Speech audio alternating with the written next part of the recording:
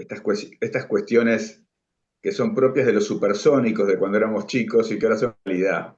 Ujú. Y que las aprendimos a la fuerza. Estas cosas técnicas, tal cual, tal cual.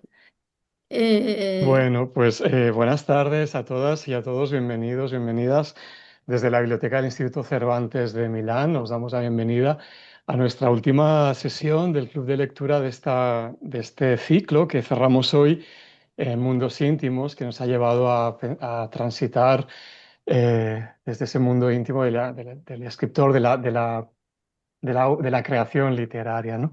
Hoy contamos con la presencia de Horacio Convertini, es autor de la obra La exactitud del dolor. Y no voy a dar ya más rodeos, vamos a empezar. Muchas gracias, Valeria, como siempre, por conducir y por coordinar toda esta parte tan interesante, ¿no? Por la que nos has también ayudado a transitar, ¿no? A ir. pues nada, buenas tardes a todos y todas. No, gracias siempre a ustedes, al equipo del Instituto Cervantes, que nos hace aquí todo el apoyo para seguir reuniéndonos, ¿no? O sea, como muchos de ustedes saben, hemos pasado mudanzas, pandemias, presencialidades y ahora en este modo virtual, que bueno, yo sé que casi todos los que están aquí lo saben, pero bueno, lo recuerdo una vez más, el evento se graba y se sube al canal de YouTube del Instituto Cervantes de Milán, así que quienes no quieran aparecer filmados tienen que cerrar las cámaras, ¿no?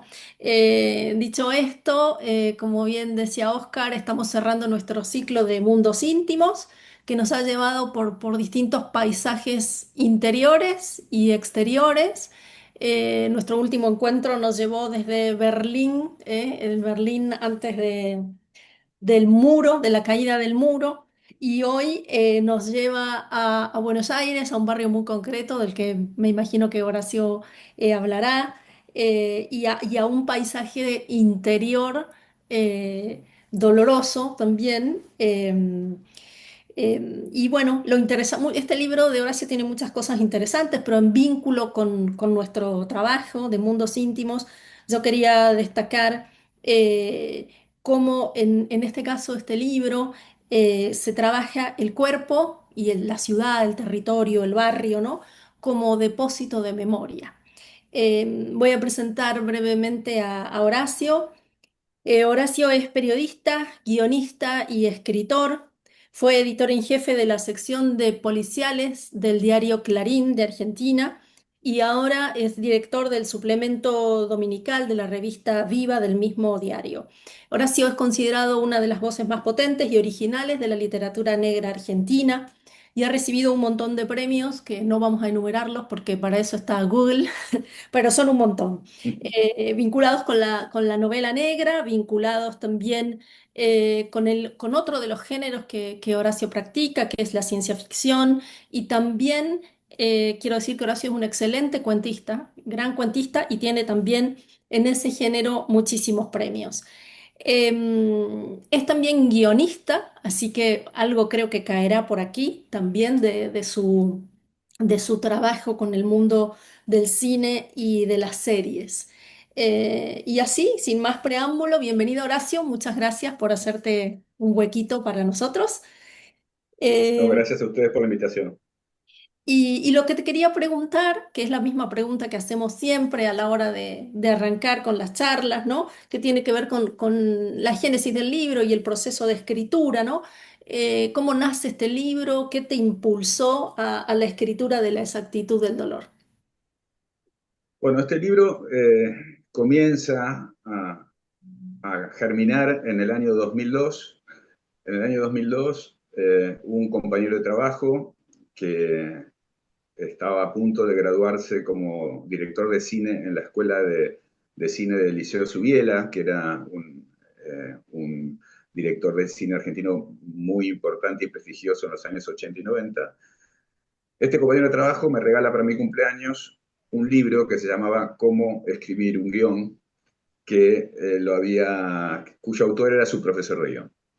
Entonces, lo que hice fue leer el libro y después escribí un guión de cine, una película, que se llamaba 10 Rounds, que era una historia muy parecida a la de la exactitud del dolor. En aquel momento, ni mi amigo, que se entusiasmó mucho con el resultado de ese guión, y ni yo teníamos contactos muchos contactos al menos con la industria audiovisual, que es muy compleja, es muy difícil. Intentamos mover un poco ese guión y no logramos cristalizar el deseo, el anhelo de llevar ese guión a película. Con lo cual siempre me quedó esa historia anillada en mi escritorio, en un cajón de escritorio. Con el tiempo, bueno, pensé ya que va a ser papel, ese guión, hagamos que sea una novela, y empecé un proceso al revés que es el habitual. El habitual es, o que se ve mucho en estos tiempos, en Netflix, en HBO, en Disney, en Amazon, es toman una novela y la transforman en una película o en una serie. Yo hice el proceso inverso, tomé un guión que nunca se filmó y lo transformé en un libro. Ese fue un proceso largo por varias razones. Primero, porque siempre privilegié otros proyectos a este. Segundo, porque cada vez que lo tomaba y empezaba a trabajarlo y procedía a ese proceso de desarmado y de rearmado que implica el pasaje de lo audiovisual a lo literario, encontraba muchos problemas. Es decir, la trama es la trama y la trama es más o menos la misma que la de aquel guión de 2002. Ahora, la forma es totalmente distinta y encontrar la forma justa que me permitiera contar esta historia fue la que me llevó, diríamos, casi 20 años. No 20 años continuos, no es que todo el tiempo estuve trabajando con esta novela, ni mucho menos, pero era una novela a la cual volvía todo el tiempo. Y me pasó algo muy curioso que quiero compartir por si hay alguien del otro lado que escribe, que tiene un proyecto de novela y por ahí se siente frustrado porque no avanza. Mi primer borrador de la exactitud del dolor, que no se llamaba así, sino que se llamaba 10 Rounds, igual que la película, en la página 80, 80 y pico, vi que no funcionaba, que no me gustaba lo que estaba contando, lo veía muy pegado al guión y yo me estaba dando cuenta que estaba escribiendo otra cosa. Y era otro territorio, ya que hablamos de territorio. Entonces empecé de nuevo.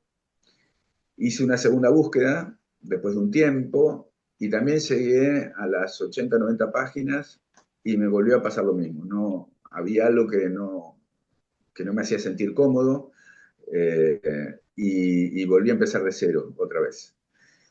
Y en el tercer intento que se caracteriza porque aparece un segundo protagonista muy arriba, que es el Rengo Safe, un protagonista que juega en la alternancia de capítulos de manera muy fuerte, en donde se asienta la idea de los dos planos narrativos. Es ahí que eso no estaba, desde luego, en la película. En la película siempre se seguía el punto de vista de Rayo. Bueno, ahí es donde me empiezo a sentir más cómodo y siento que es era el camino que yo estaba buscando. Desde luego que cuando llegué a las páginas 80, 90 tuve miedo de que me volviera a pasar lo mismo y decidiera volver atrás de nuevo, pero no, llegué a la página 80, a la página 90, pasé esa primera rompiente que siempre me había paralizado y bueno, llegué a totalizar el proyecto completo. Y bueno, quedé muy conforme con el resultado. Eso fue más o menos la génesis. Pasar de un guión, que me acuerdo que tenía 90 páginas, era de una película de 90 minutos, muy clásica, con puntos, giros eh, muy definidos, con una backstory del personaje que no está vista y con un proceso muy, muy lineal a esto que es totalmente distinto. Sí, sí. Bueno, yo les recuerdo que si las preguntas que ustedes tengan para Horacio las tienen que poner en el chat. Yo, mientras tanto, o sea, me encanta que hayas contado ese proceso de escritura. Aquí hay gente que está en los talleres, así que siempre se agradece, ¿no? Hablar del oficio. Y ahora en cuanto a la idea de la novela, ¿no?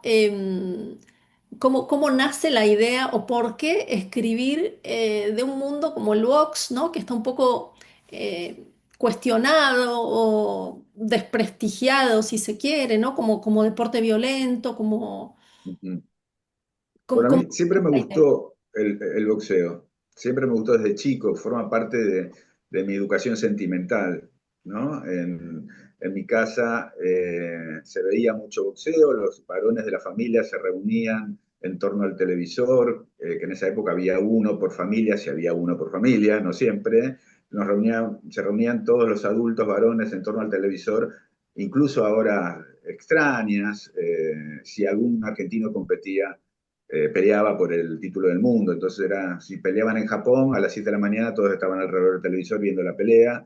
Si peleaban en Europa, probablemente fuera a las 4 de la tarde, 5 de la tarde y todos viendo la pelea. Y bueno, yo me crié en esa cultura de folclore boxístico, en un barrio que es el barrio donde sucede la novela, que se llama Nueva Pompeya, que es un barrio del sur de la ciudad de Buenos Aires, que también es un barrio boxístico, con un club de gran tradición boxística que es Unidos de Pompeya, con boxeadores que vivían en la zona, ¿no? Hay un legendario boxeador argentino que se llamaba Alfredo Prada, que vivía a 3 cuadras de mi casa, y yo lo entrevisté, él ya era mayor, fue el gran rival de El Mono Gatica, un gran ídolo del boxeo argentino. Bueno, me acuerdo haber ido a su casa a entrevistarlo para un diario y era a 3 cuadras de mi casa. A la vuelta de mi casa había una panadería y la hija del panadero se había casado con un campeón argentino de los medianos que había peleado con Monzón.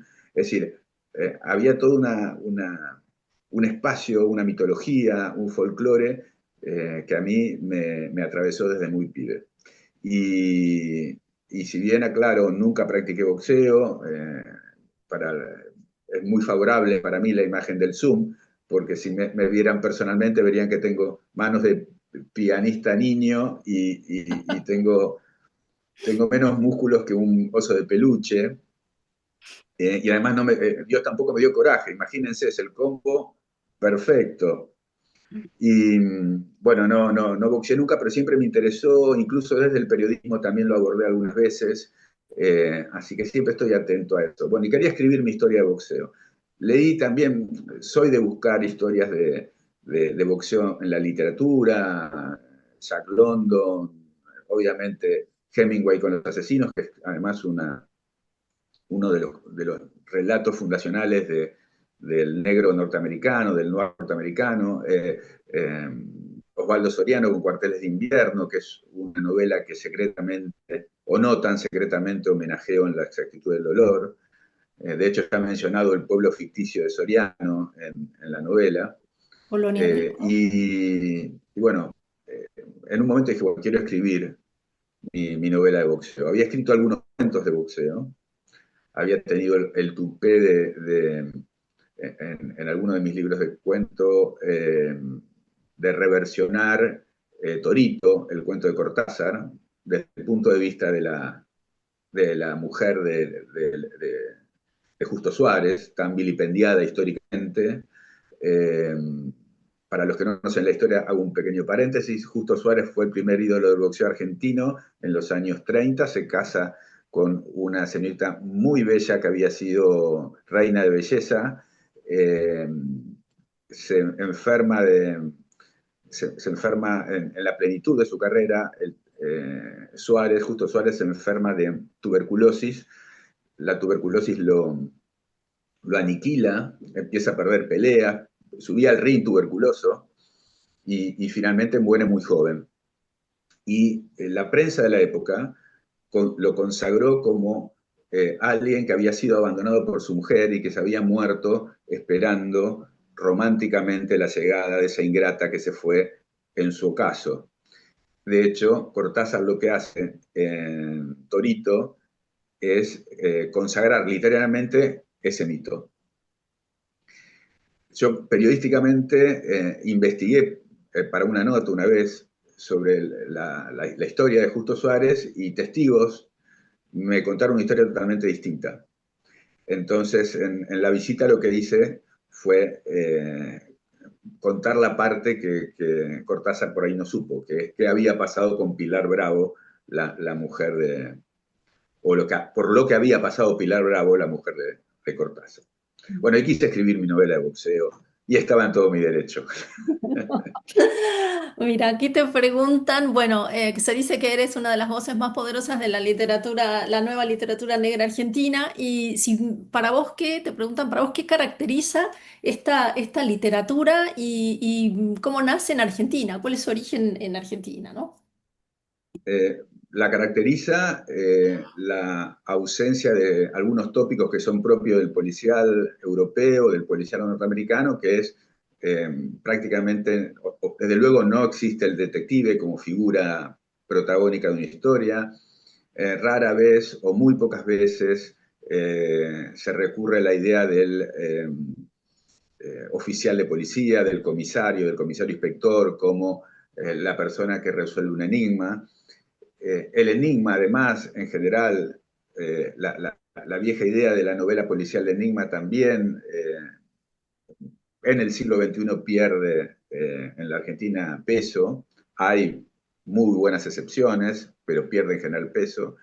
Y aparecen otras figuras, el periodista que investiga, el familiar de víctima que investiga, o nadie que investiga, porque aparecen los márgenes. Es decir, la novela negra argentina del siglo XXI se caracteriza por una literatura de márgenes, es decir, la historia del delincuente, la historia de los perdedores, la historia del tipo que está en el lugar incorrecto en el momento indicado, y eso va modificando o desviándose progresivamente de los estereotipos y, diríamos, los tópicos propios del policial que se lee en Estados Unidos o se lee en Europa.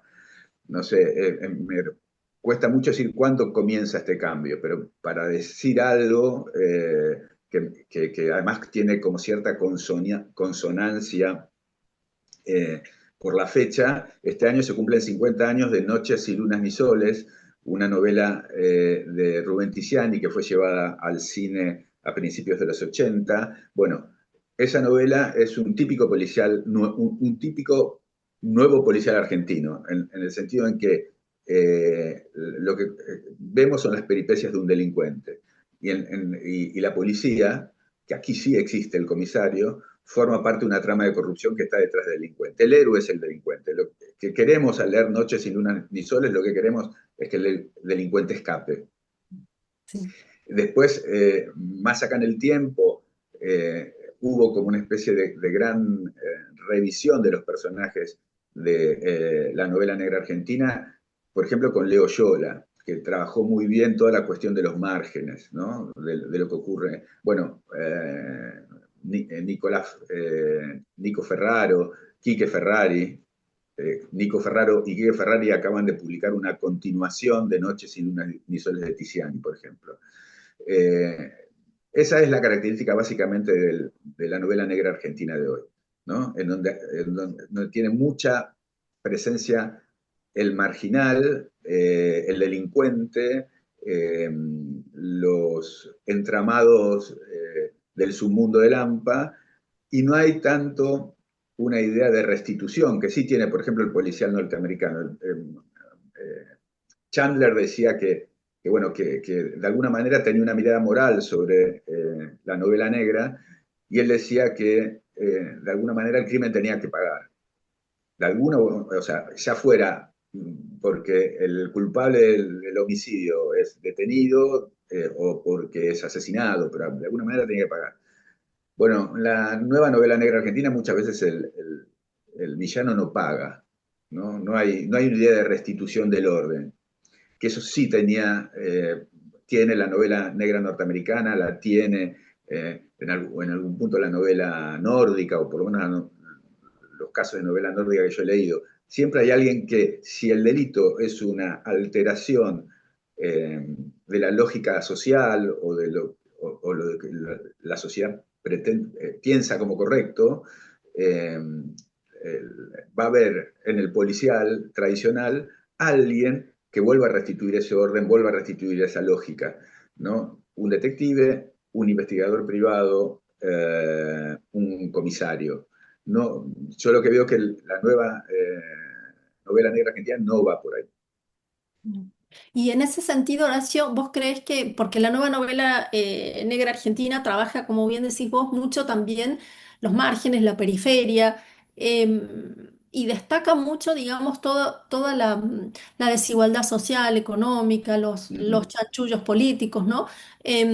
¿Vos crees que tu profesión como periodista generó en vos un gusto hacia esta literatura o sea, ¿cómo es? ¿Quién alimenta a quién, podríamos decir? No, me cuesta pensar que haya sido así, porque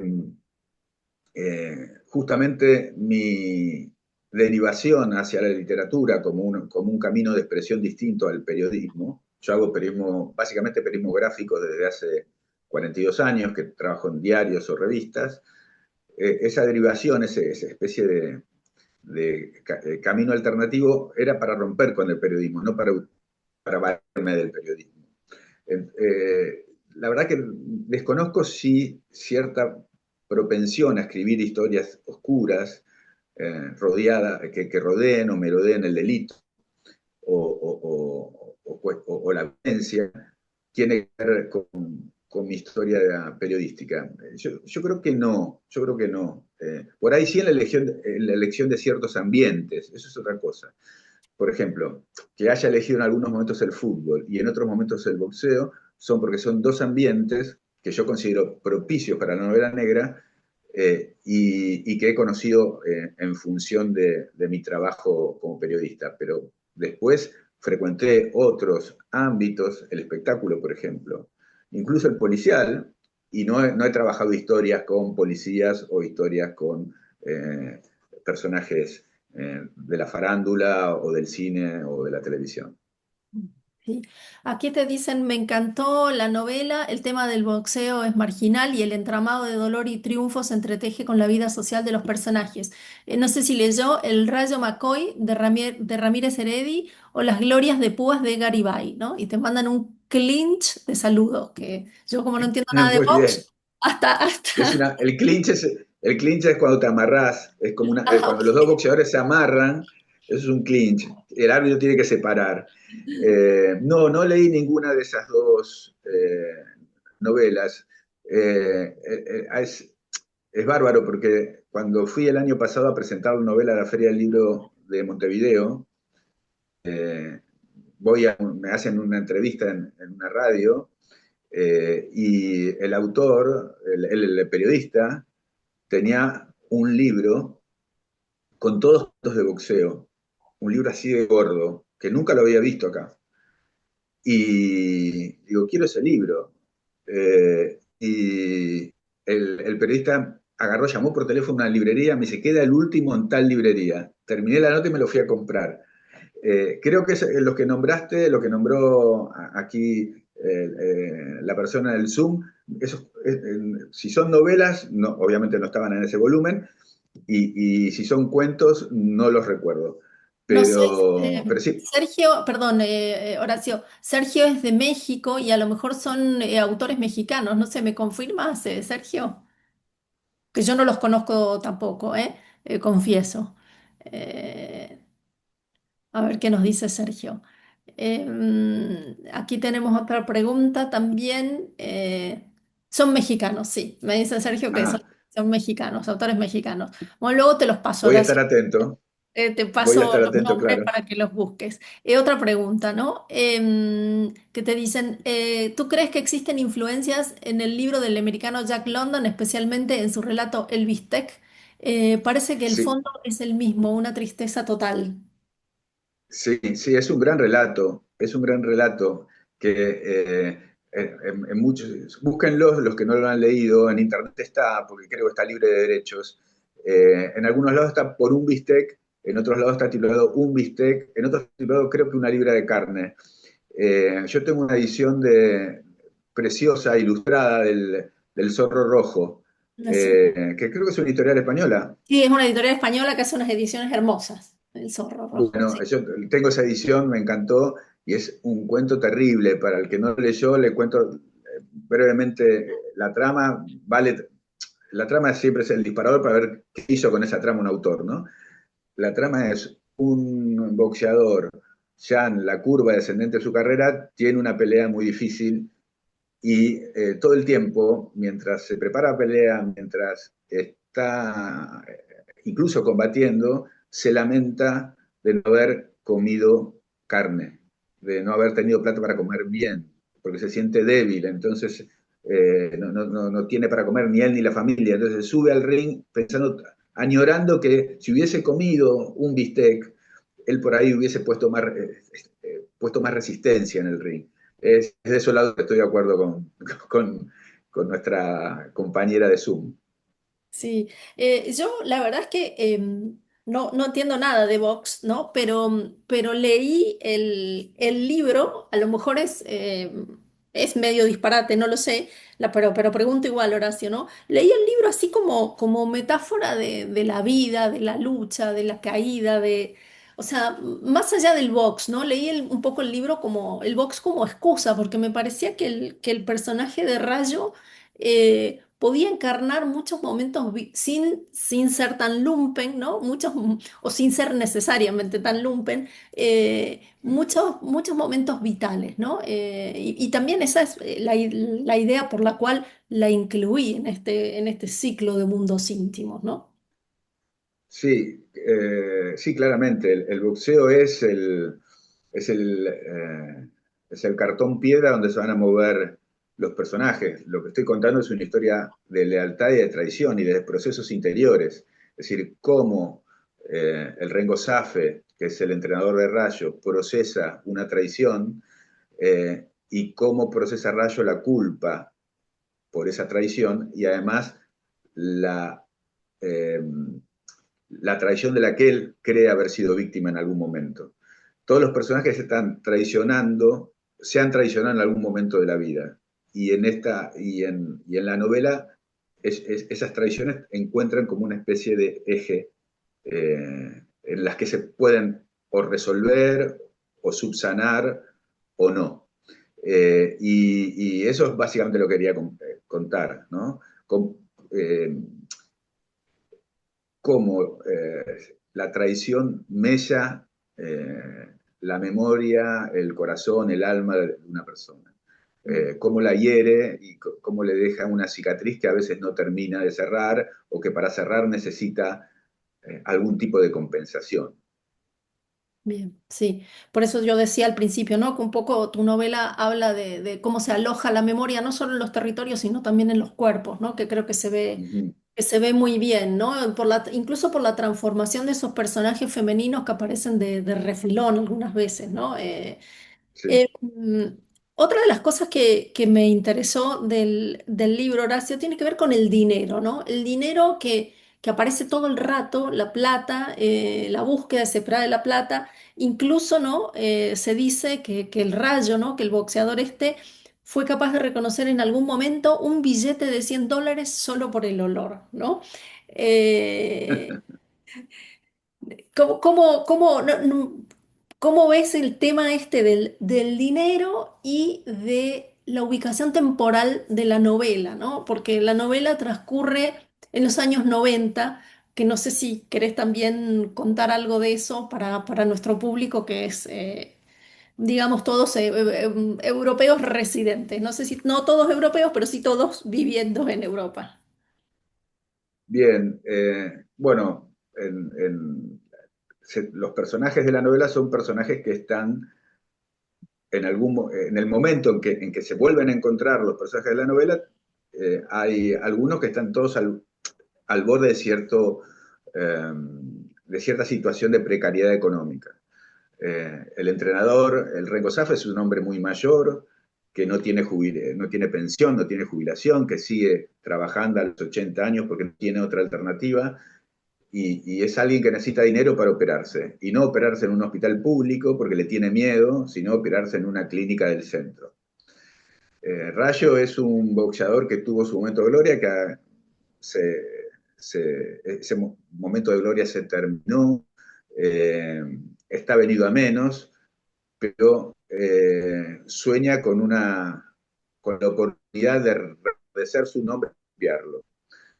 Eh, y aparecerá un tercer personaje masculino, que es Vicente, que es un amigo de la infancia de Rayo, que es alguien que es el típico político de los años 90 en la Argentina, quizá no solo de los 90, que entiende la función su función en el Estado, porque es un funcionario de un pueblo, como una excusa para hacer dinero personal de alguna manera. Si esa manera no es lícita, no importa.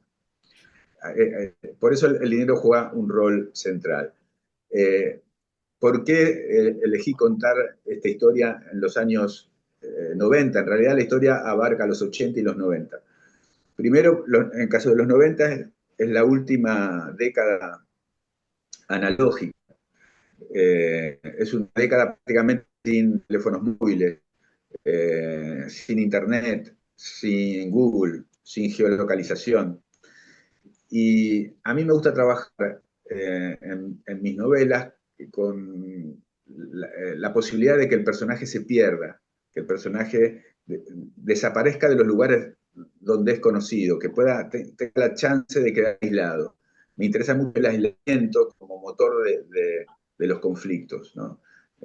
Aparece, por ejemplo, en Lo oscuro que hay en mí, aparece en El refuerzo, aparece también aquí en La exactitud del dolor. En algún momento Rayo queda aislado, es decir, se desconecta de un ámbito entre comillas, lo contiene. Y además me interesa esa idea de la gente que está esperando una noticia y esa noticia no llega.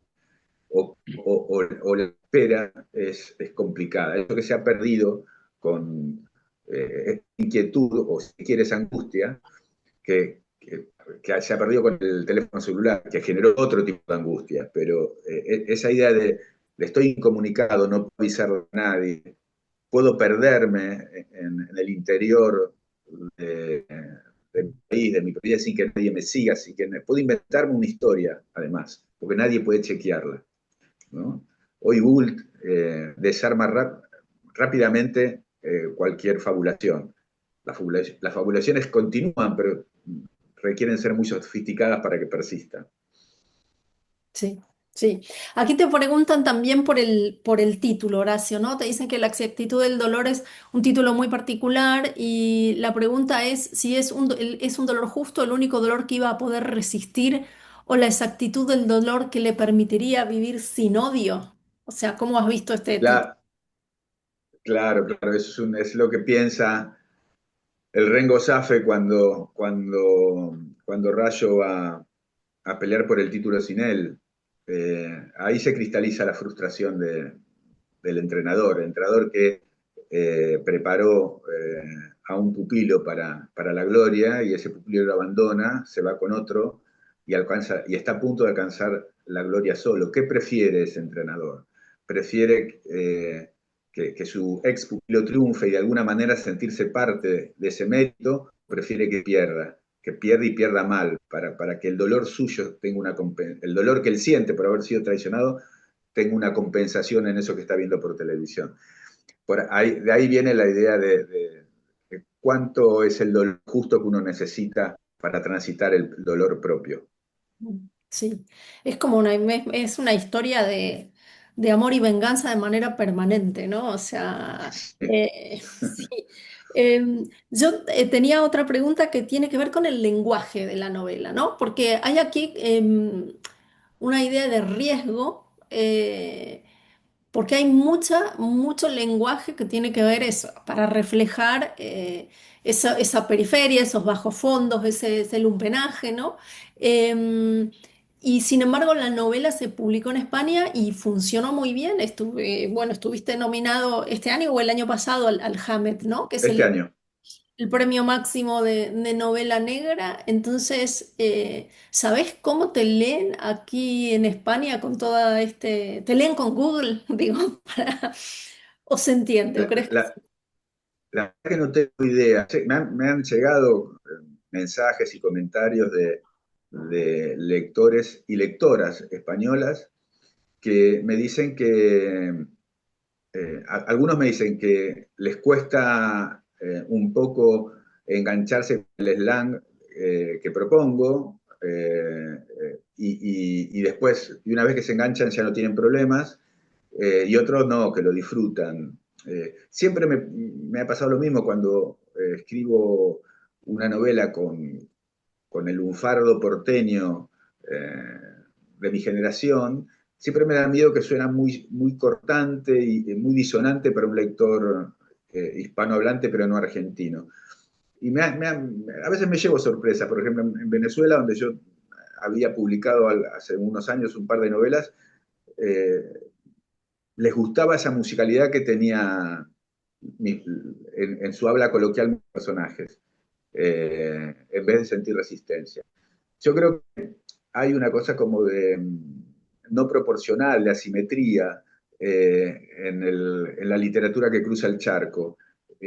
Nosotros estamos acostumbrados a leer autores españoles, entonces una, un insulto típicamente español o algo coloquial español no nos afecta, lo tomamos casi como una gilipollez no nos asusta. Pero al revés, me parece que puede llegar a resultar más árido. De todos modos, en ningún momento me planteé, y la editorial se lo planteó, cambiar hacer como más, el lenguaje más, ¿cómo podríamos decirlo? Más funcional a lo cosmopolita. Blanquearlo, lavarlo, llevarlo a un neutro. Eso no me lo pidieron y si me lo hubiesen pedido no lo hubiese hecho, porque no me siento cómodo con eso. claro? Aquí tienes otra pregunta, Horacio, que tiene que ver con el suicidio de Urtain. Te dice que es muy metafórico. En España casi todos los Sí. boxeadores terminan su vida malamente. La vena del boxeo me parece muy interesante para trabajar la novela negra, quizás con más fuerza en América que en Europa. ¿Qué piensas? Sí, bueno, la historia de Urtain, que la meto como de refilón en mi historia, en mi novela, tiene que ver con, bueno, yo sabía perfectamente quién había sido Urtain, porque había formado parte de esa educación sentimental de cuando yo era chico. En los 70, Urtain era campeón europeo y yo leía noticias de que había sido un vasco que levantaba piedras. Y me parecía fantástico, un tipo que levanta piedras parece Superman. Y en algún momento se había firmado un contrato para que peleara con un boxeador argentino muy famoso que murió trágicamente, que era Oscar Ringo Bonavena. Esa pelea finalmente no se hizo, pero siempre me quedó en el radar Urtain y esa figura medio se solidificó cuando me enteré de su suicidio. Y me acuerdo que cuando estaba escribiendo La exactitud del olor encontré en YouTube un documental sobre él,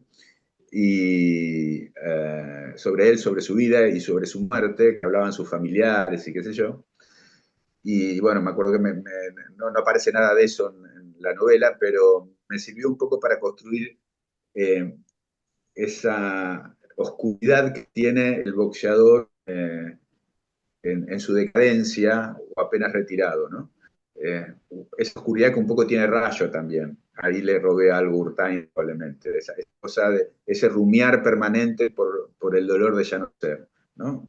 Como dice un tango argentino, la vergüenza de haber sido y el dolor de ya no ser. Sí. Te hago una pregunta por los nombres, Horacio, porque, bueno, no sé, ya te digo, a lo mejor ahora te hago la pregunta y me decís, no, son todos nombres reales, ¿no? A mí, por ejemplo, Rayo para un boxeador me parece un apellido fantástico, ¿no? Hay muchos nombres, pero incluso, digamos, parte del desenlace de esta trama sucede en Villa Lupi, ¿no? Villa Lupi, Uh -huh. que para los italianos de aquí, ¿no? Es clarísimo.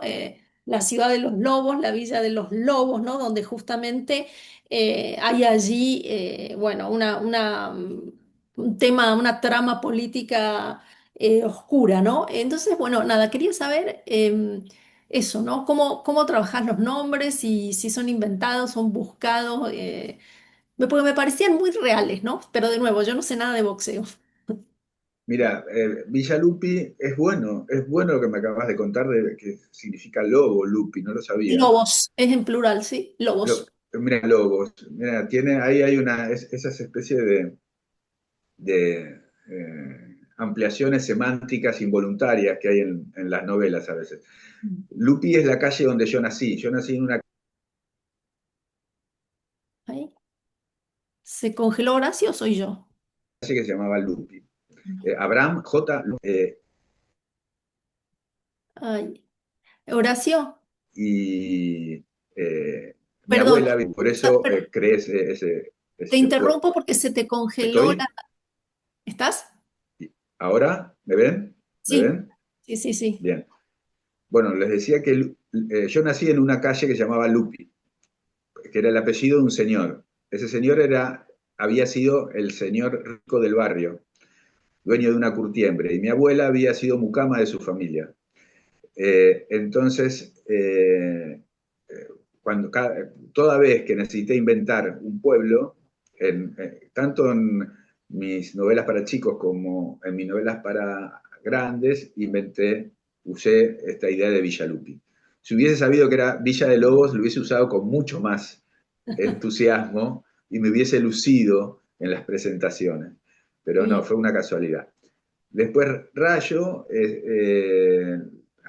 hubo un boxeador español que combatió en la Argentina, que se llamaba Luis Rayo, Ah, de los años 30, que justamente peleó con Justo Suárez, aquel boxeador al que le escribió, al torito que le escribió Cortázar. Eh, y bueno, y así fui armando, a veces por sonoridad voy eligiendo nombres, ¿no? Vicente se llama Vicente Narducci porque es una identidad falsa que tomó un amigo mío que vivió en Estados Unidos a principios de los 80. Entonces él tenía una identidad falsa que era Vicente Narducci, con lo cual siempre me gustó la sonoridad de ese nombre y lo usé en esta novela. sí. Y luego hay otra cosa que yo no sé si te viene del cuentista, ¿no? De tu interior, que tiene que ver, que me parece muy eficaz, cómo con un atributo o dos máximo conseguís caracterizar un personaje. En general, los novelistas, y lo digo, o sea, a veces son muy pesados caracterizando los personajes, ¿no? Los cargan, ¿no? En cambio, de todas las cosas que yo he leído tuyas, que no son solo novelas negras, ¿no? Veo esa eficacia de un pequeño rasgo, pero que hace que nosotros veamos súper bien al personaje, ¿no? Y en este caso, yo soy una enamorada de la renguera o la cojera, como se dice en España, ¿no? Del entrenador de box, ¿no? Y entonces la pregunta es, Sí. ¿eso también es imaginado o viene de algo vivenciado? Mira, se te cortó la última parte, Ah, Valeria. perdón. Hasta cojera escuché. Bien, no, perdón, aquí hay un diluvio de repente, entonces no sé si eso influye en mi conexión de internet, pido disculpas. Decía que... ¿se me está oyendo ahora? Sí, No, no vale, estás.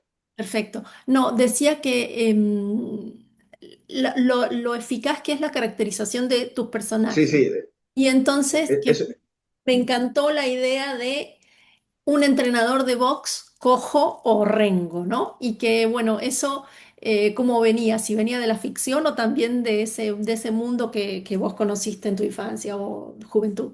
no, viene de la realidad. El entrenador de Unidos de Pompeya, cuando yo era chico, era Rengo. Era un señor mayor, Rengo. Todo lo demás que yo construyo alrededor de la historia del Rengo Safe, que es el personaje, luego es todo inventado. Cómo influye la renguera en su propio camino como boxeador, cómo se equilibra con algún otro atributo y todas las fantasías que tiene el propio Safre sobre su condición física, obviamente todo es ficcional. Pero respecto a lo que decías de lo cuentístico que aparece en la novela, yo creo que soy un cuentista que escribe novelas, porque en la Argentina, donde está Borges como gran escritor nacional y soberbio cuentista, es muy difícil vender un libro de cuentos. Entonces, todos te piden novela, entonces uno va hacia la novela. Y tengo esa característica de tratar de que cada capítulo tenga como una unidad de sentido. Claro. Una unidad de sentido incluso se pueda leer como un cuento. En la presentación que hicimos de la novela aquí en la Feria del Libro de Buenos Aires el año pasado, uno de los que me acompañó fue Guillermo Martínez. Y Guillermo Martínez dice el capítulo, que uno de los capítulos es el cuento de terror, uno de los cuentos de terror más brutales que leyó él, ¿Qué que es capítulo? el capítulo de Bobby. Sí, Eh, claro. y si vos lo lees, yo no, o sea, cuando después que dijo eso, Guillermo lo volví a leer para ver si lo podía leer como un cuento yo también, ¿no? Absteniéndome de todo el entorno previo y posterior. Y sí, y funcionaba como tal, Sí. ¿no? Yo- no, perdón. No, No, no, que no, también iba a básicamente decirte eso. eso, ¿no? Que también los capítulos tienen esa potencia cuentística, ¿no? Como de unidad de efecto, como que no se dispersan, como que van en esa unidad de efecto. Y a propósito de ese cuento de Bobby, yo tenía pensada otra pregunta que tiene que ver con el género, ¿no? Porque a mí, no solamente ese capítulo, también todo lo que tiene que ver con la inundación y el derrumbe, etcétera, del pueblo, me parece que también tiene como una vocación del gótico, ¿no? Que no sé si vos lo ves así o si no sé si es un género que te Mira, interesa tampoco. mira, es un género que está muy de moda y que tiene notables exponentes en la Argentina. Mariana Enríquez, por ejemplo. De alguna manera, Samantha Schweblin. Sí. La realidad es eh, que no soy alguien que lo quiera transitar. Lo que sí, eh, lo que sí es que me gustan esos escenarios desbordados, esos escenarios fuera de cauce, ¿no? Un pueblo aislado, un pueblo que es una isla en medio de un mar en plena llanura argentina, eh, con la gente viviendo en carpas, en clubes, con esa cosa tan como tan particular del extremo, ¿no? Hay otra novela que tengo que es El Refuerzo, es una novela corta, no también, bueno, es un pueblo perdido en la provincia de Buenos Aires, casi incomunicado, en donde la gente está fanatizada y enloquecida, eh, tiene mucho dinero, pero lo único de la vida es jugar una final de un campeonato de fútbol. Y detrás de eso, bueno, son capaces de cualquier cosa, como de, nada, de perseguir gente, hacer ahorcar gente, etcétera, etcétera. Sí, sí. Y otra cosa que tiene también que ver con la estructura, ¿no? La idea de, bueno, una cosa que me parece un logro, ¿no? La idea de todas estas idas y vueltas en el tiempo sin que uno se pierda, ¿no? Que eso es bastante difícil de hacer técnicamente, pero que además en la lectura a uno le queda un sabor como de cierta circularidad en la novela, ¿no? Pero las cosas cuando aparecen por primera vez tienen como un carácter luminoso, ¿no? Aparece Patricia y es esta adolescente con la cual él está fascinado. Aparece Matilde, que creo que es el nombre de la señora de la pensión, también, que es Sí. maravillosa. Todo aparece de una manera, eso, ¿no? Luminosa, como promesa. Y luego, en esta estructura de idas y vueltas, los mismos elementos, los mismos personajes, los mismos lugares reaparecen, pero ya con cierta oscuridad, con cierto desencanto, ¿no? Entonces, no sé si la idea de, porque decías que el guión trabajaba el tiempo lineal, No sé si la idea de trabajar este tiempo roto o este tiempo fragmentario en la escritura de la novela tiene que, o sea, lo pensaste también con esta voluntad de, no sé, de desmitificar o de volver a transitar estos lugares, pero ya bajo otra luz o bajo otras sombras. Sí, sí, claro, sí, sí, fue una búsqueda deliberada de la promesa.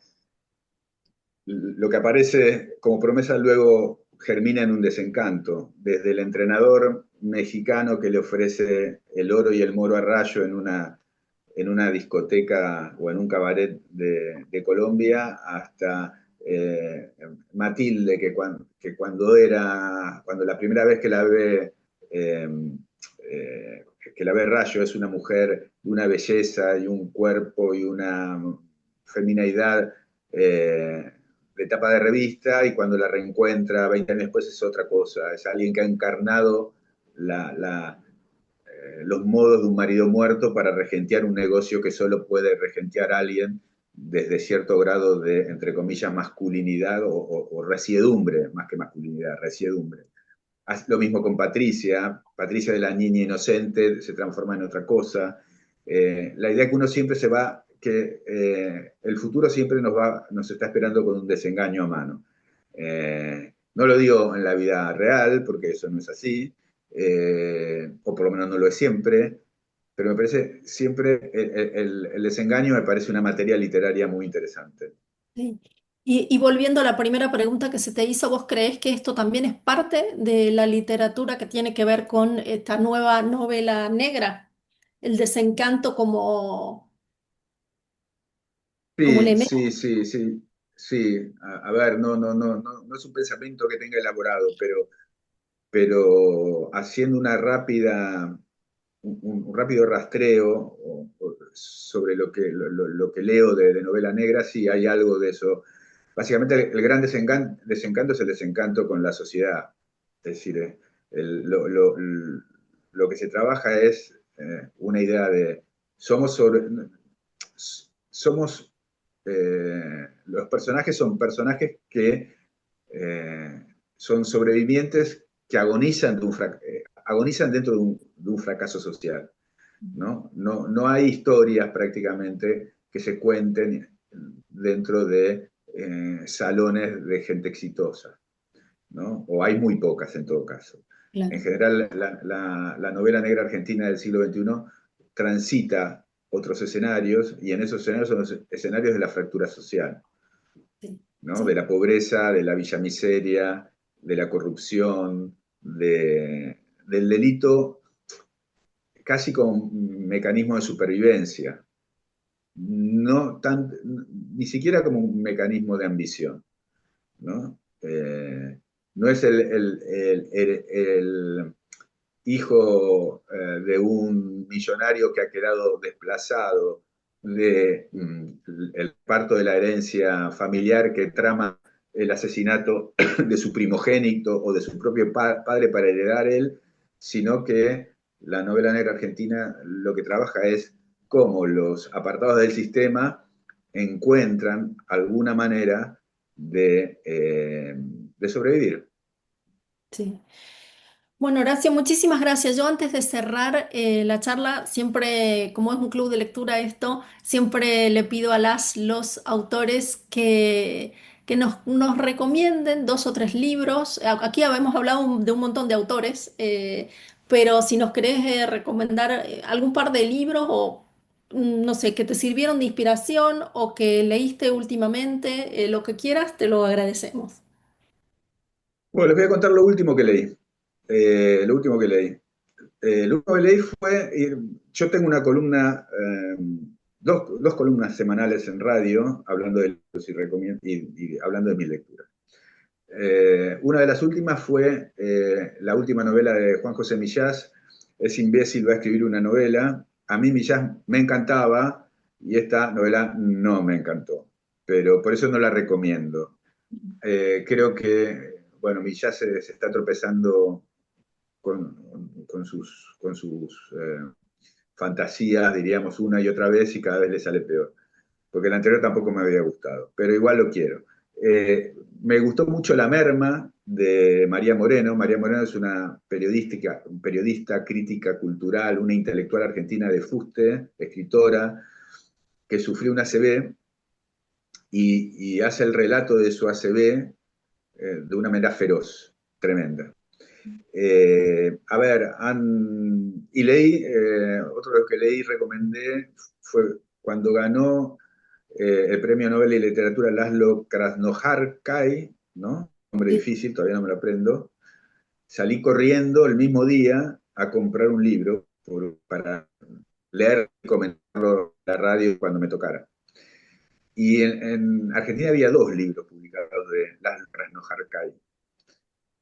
Compré el más barato, debo decir, el que salía a 15.000 pesos, que se llama El último lobo, y la pasé muy bien leyéndolo. Creo que es el que menos representa la literatura de Krasnojarkai, pero la pasé bomba. Es una, nada, hay como una cosa, un paso de comedia permanente, es muy divertido, y transcurre en España, en Extremadura.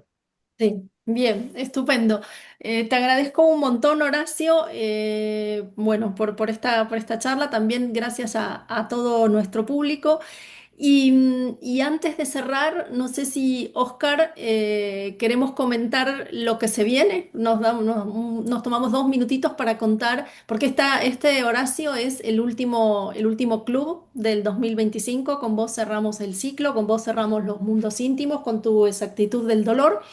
Y estuvimos pensando aquí el Team Cervantes para el año que viene presentar como nuevo ciclo de lectura, narrar el antropoceno, ¿no? El antropoceno, este término que por si no están familiarizados todavía, designa una nueva era geológica, la era caracterizada por el impacto decisivo de la intervención humana en el planeta, ¿no?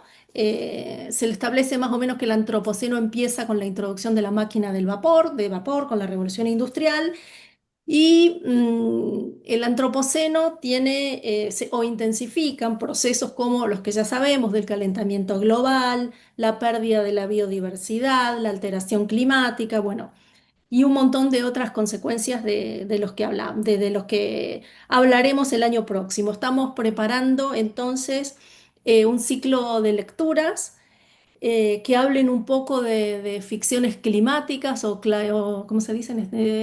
Cli-fi, le dicen en inglés.